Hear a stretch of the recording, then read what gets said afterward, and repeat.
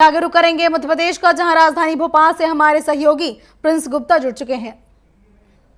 जी Prince जी, जैसा कि आज मोहन कैबिनेट की अहम बैठक होने वाली है, इसमें क्या कुछ फैसले लिए जा सकते हैं, इसके साथ ही इस बैठक में किसानों के हित में क्या निर्णय लिए जा सकते हैं?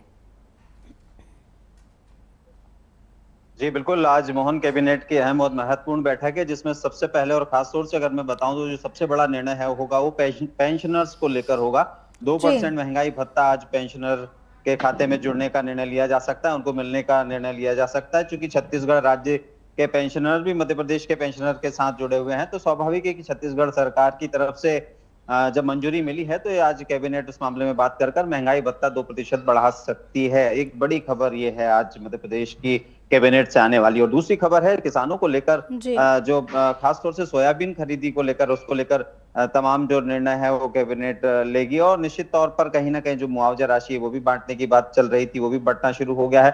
उसके अलावा भावांतर राशि की बात सरकार ने की है, वो भी बढ़ना शुरू हो गया है। और इस तरह से तमाम किसानों के हित और हक की बातें भी आज निश्चित तौर पर कैबिनेट में होगी और कई प्रस्तावों पर, अहम प्रस्तावों पर बातचीत होकर उस निर्णय लिए जा सकते हैं। और भी कई महत्वपूर्ण निर्णयों पर आज कैबिनेट की मोहर लग सकती है। उसके अलावा मुख्यमंत्री के कार्यक्रमों की बात करूं तो अभी कैबिनेट के बाद वो पार्टी कार्यालय जाएंगे, वहां पर उसके बाद दो अन्य कार्यक्रमों में शामिल होंगे। वो रविंद्र भवन और खास तौर से एक और कार्यक्रम है उसमें शामिल होंगे। फिर देवास जाएंगे, देवास में एक कार्यक्रम में, स्थानीय कार्यक्रम में शामिल होंगे और एक बड़ा सभा को भी संबोधित करेंगे। उसके बाद खंडवा भी इसी से जुड़ेंगे। यानी कि आज का पूरा दिन जी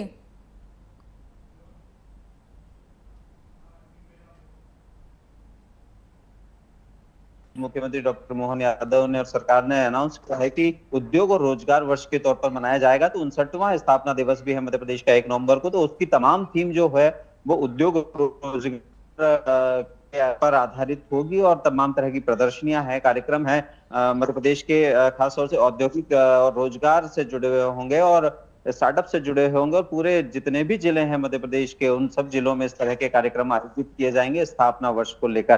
तो इस तरह से निश्चित तौर पर तैयारियां अभी से शुरू हो गई और उसमें बताने की कोशिश की जाएगी कि किस तरह से औद्योगिक नीति को लेकर मध्य प्रदेश आगे बढ़ रहा है, रोजगार को लेकर आगे बढ़ रहा है, स्टार्टअप और स्किल्ड को लेकर मध्य प्रदेश आगे बढ़ रहा है। चूंकि मध्य प्रदेश सरकार लगातार इस ओर काम कर रही है, उद्योग नीति को बेहतर करने के लिए, इन्वेस्टर्स को लाने के लिए कई कॉन्क्लेव कर चुकी है। उसके साथ ही रोजगार को बढ़ावा देने जी के लिए, स्थानीय रोजगार को बढ़ावा देने के लिए कई तरह के प्रायोजन सरकार कर रही है। और उसको लेकर लगातार ये वर्ष को खास तौर से उद्योग और रोजगार वर्ष के तौर पर घोषित किया है। तो जो थीम होगी वो पूरी इस तरह से होगी स्थापना वर्ष की।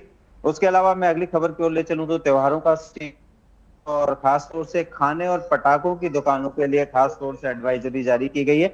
उसमें सबसे पहले बात करूं मैं पटाखों की, चूंकि बहुत ही ज्यादा संवेदनशीलता बरती जानी जी चाहिए उसमें, क्योंकि आग लगने के चांसेस ज्यादा होते हैं। तो 1080 दुकानों को 8 जगहों पर परमिशन दी है सरकार और स्थानीय प्रशासन ने कि 8 जगहों पर 1080 दुकानें होंगी और हर एक दुकान के बीच में 10 फीट की दूरी होगी। और तमाम जो पैरामीटर्स हैं वो लाइसेंस दिए जाएंगे अस्थायी, और तमाम पैरामीटर्स है सुरक्षा के वो मापदंडों के साथ पूरे किए जाएंगे। नहीं किए जाएंगे तो उनको परमिशन नहीं मिलेगी। तो एक बड़ी कवायद है, चूंकि कहीं ना कहीं इस तरह के हादसे हमें अक्सर देखने को मिलते हैं कि कहीं आग लग गई, कहीं कुछ हो गया। तो सरकार की तरफ से भी निर्देश है और स्थानीय प्रशासन इस बार बहुत एहतियात बरत रहा है। वहीं फूड एंड सेफ्टी डिपार्टमेंट की बात करें तो फूड कंट्रोलर ने भी आदेश दिए हैं कि तमाम दुकानों पर, चूंकि मिठाइयां लोग बड़ी तादाद में खरीदते हैं, फिर उसके बाद अमानक जो मिठाइयां कहें कि जो मिलावटी मिठाइयां हैं उनको खाकर बीमार भी होते हैं बड़े पैमाने पर, ऐसे त्योहार पर देखने को चीजें आती हैं।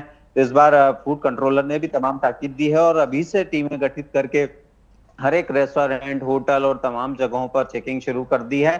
चूंकि चंबल क्षेत्र से मावा बड़े पैमाने पर मिलावटी आता है, हर बार पकड़ा जाता है, कई क्विंटलों से मावा पकड़ा जाता है। तो उसको लेकर अब जो खास तौर से फूड कंट्रोलर है उन्होंने सख्ती दिखाई और कहीं ना कहीं ऐसे मामले अक्सर देखने को आ रहे हैं। और सरकार की सख्ती, उसमें मुख्यमंत्री डॉक्टर मोहन यादव की ताकीद है कि कहीं कोई किसी भी तरह की ऐसी चीजें नहीं होना चाहिए जो प्रदेश में अव्यवस्था पैदा करे, किसी की जान जोखिम में आए। तो उस तरह से जो निर्देशित किया गया है जी प्रशासन को, उस पर लगातार कसावट के साथ काम किया जा रहा है। उसके अलावा अगली खबर की ओर अगर आपको ले चलूं तो मौसम से जुड़ी है। मौसम लगातार बदल रहा है और अभी हाल ही के दिनों की अगर हम बात करें तो बारिश अब जा चुकी है। तमाम पूरे प्रदेश से अब बारिश की विदाई हो गई है और कहीं छिटपुट थोड़ी बहुत बूंदाबांदी हो सकती है, लेकिन वो भी ना के बराबर। तो निश्चित जी प्रिंस।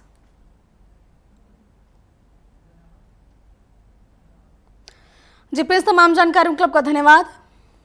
और ये थे प्रिंस गुप्ता, हमारे सहयोगी राजधानी भोपाल से, जिन्होंने बताया कि कई ऐसी खबरें जो सुर्खियों पर है। साथ ही आपको बता दें कि आज मोहन कैबिनेट की अहम बैठक होने वाली है। इस बैठक में सोयाबीन उत्पादक किसानों के हित में बड़ा फैसला लिया जा सकता है। इसके साथ ही पेंशनर को लेकर आज एक बड़ा फैसला देखने को मिल सकता है।